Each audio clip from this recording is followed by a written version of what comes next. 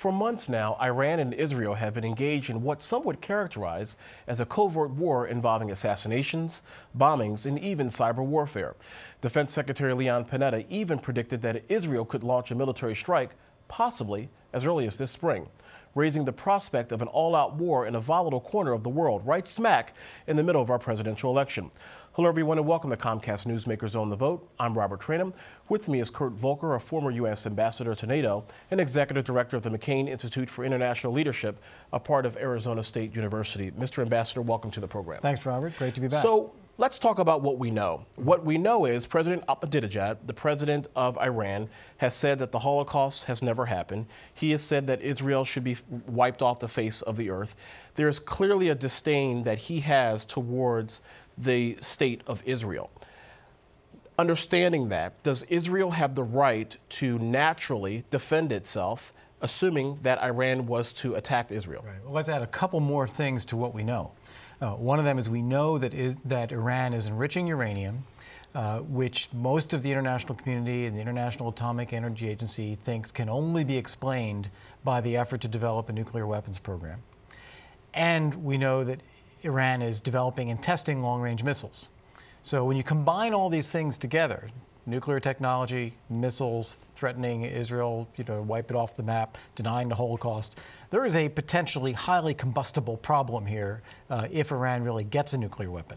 So the question is Israel justified in preemptively trying to stop or slow down or get rid of that nuclear weapons program? It's a very, very difficult question because it's not as if you do nothing and everything's fine. It's, on the one hand, you do something, there's a potential backlash, there's potential conflict, tensions are raised, people get hurt.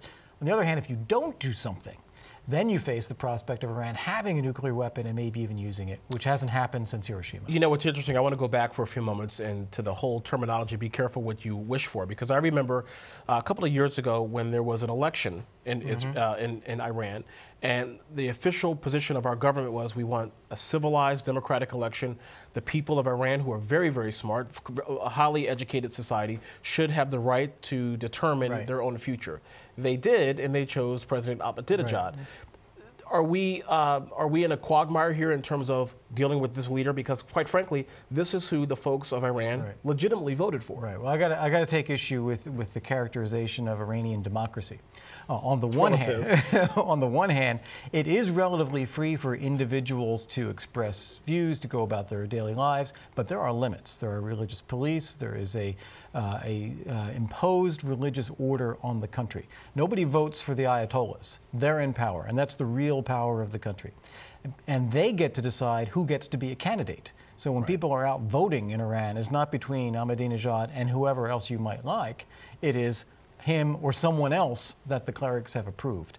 So it is really not an open democracy. And the demonstrations we saw in 2009 against the regime were really an indicator of that. So that's the first thing.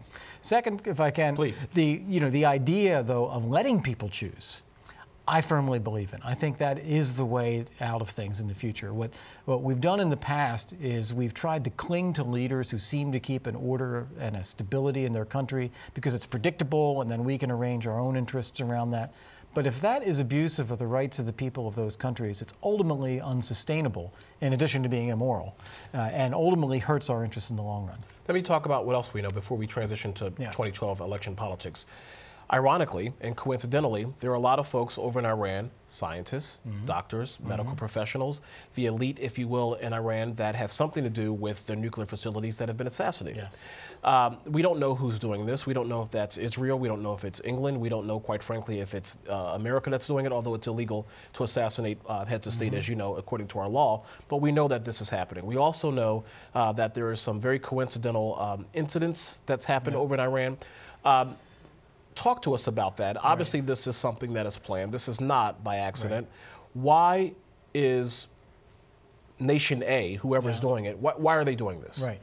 It gets back to this choice that I was setting up at the beginning here. So if you have Iran getting a nuclear weapon with all the dangers that poses for Israel and broader security in the region, or you have a war in order to knock out militarily Iran's nuclear facilities, these are both bad options. If you can prevent or slow down Iran's acquisition of nuclear technology through a cyber attack or through an assassination or intimidating people who might work on the program, any other types of disruptions that could go on, it's arguable that's better than either of the other two options. So that's why that happens. You know, Mr. Ambassador, I remember back in 2008, very squarely, this was a question that was posed to then Senator Obama and, of course, the Senator McCain in the fall presidential debates. Do you believe in the Bush doctrine? Do you believe in a strike first scenario if, in fact, our national interests are at stake as relates to Israel? Both Senator Obama and then Senator McCain also said, yes, if in fact we believe that Iran or any other country for that matter is a threat to our national security, we will strike first. Fast forward to 2012. Do you believe that yet again Iran is going to be a central point in our foreign policy doctrine in the election? Well, whether it plays a role in the election, we'll come back to that. It's a tough question as to how that'll play out. First, on preemption. I think anyone would agree that if you have the choice of stopping a terrorist attack before thousands of people are killed or letting the terrorist attack go forward and then arresting the people that did it, you're much better off stopping the terrorist attack. So I think, you know, in that extreme circumstance, people would say, yeah, that's the thing to do. Which is very similar to what President Bush was arguing with going into Iraq. Correct. Not Afghanistan, but going into Iraq. Correct. And you know, on bad intelligence, on the belief that Saddam Hussein was developing weapons of mass destruction, and the risk that that would get into the hands of terrorists, thought it was too big a risk to take. Turns out there's a lot of mistaken assumptions in that, but that was the argument. And I think that that is still a potent rationale for preemptive action. But then you've got to decide case by case, is it warranted? What does it mean? What are the consequences of action as well as the consequences of inaction? That's why it's difficult. What's happening in this election cycle for us right now is, first off, Iran is continuing to progress toward a nuclear weapons capability. And that's on a given timeline. And if it happens that they are going to be ready with a nuclear weapon in the course of the coming 8-9 months while we're doing an election season, that's going to happen. And then people are going to have to deal with it whether we're having an election or not. So that's one element of it. The other, I think, is that everybody who's an actor in this recognizes that there's a lot at stake in our presidential election, whether Obama's reelected or whether it's Republican. They recognize that no one wants to be involved in a conflict, especially in a presidential election.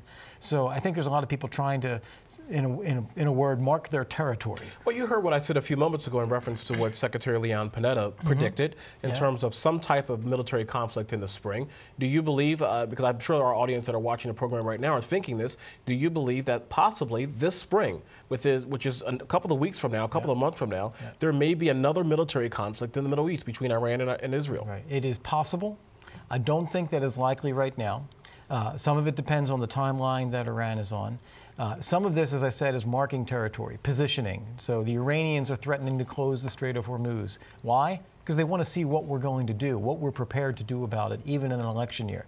If we do nothing, then they've set a new high watermark of what they can get away with. So they're testing our will. Everyone's testing. And I think the Israelis are sending out a marker, too, in the opposite sense, saying, don't let the Iranians get away with something, because if you do, we'll have to act. It sounds a lot like Russian roulette. Well, it sounds a lot like a complicated game of three-dimensional chess where you've got to know all the players and what their interests are. Ambassador Volker, thank you very much for joining us. Really appreciate it. Thanks. And of course, thank you for joining us for this edition of Comcast Newsmakers on the Vote. I'm Robert Tranum. Have a great day, everybody. We'll see you next time. Take care.